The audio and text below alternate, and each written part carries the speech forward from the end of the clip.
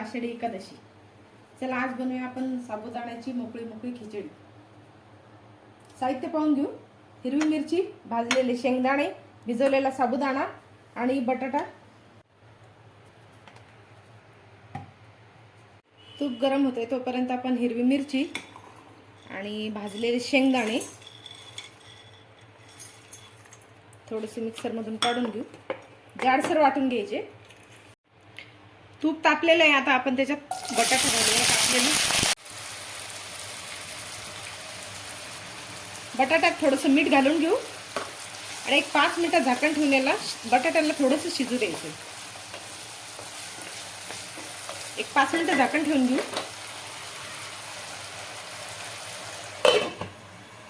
आपला साबुदाणा मोकळा मोकळा करून घेऊ तोपर्यंत।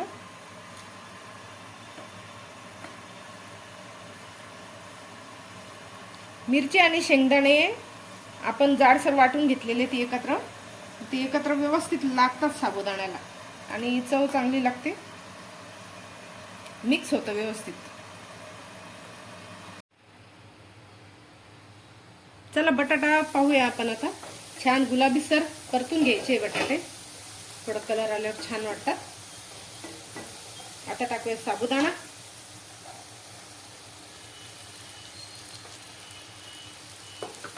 आणि वाटलेली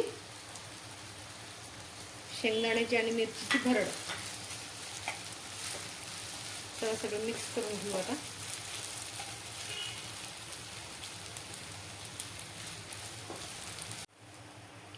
मीठ टाकून घ्यायचंय, बटाट्यात मीठ घातलं होतं त्याच्यामुळे बरोबर घालायचं। थोडी चवीपुरती साखर, थोडं मिक्स करू, व्यवस्थित मिक्स करून घ्यायचं आणि 5 मिनिटाला परत वाफ येऊ द्यायची छान।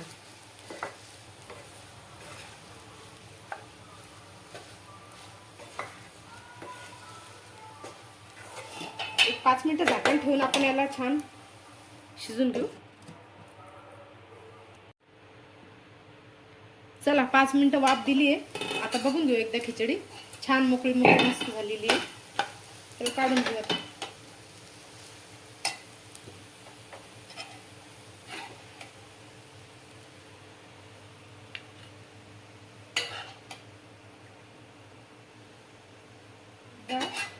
साबुदाण्याची खिचडी नक्की करून बघा आणि चॅनलला सबस्क्राईब करा, लाईक करा, and come back again. Bye.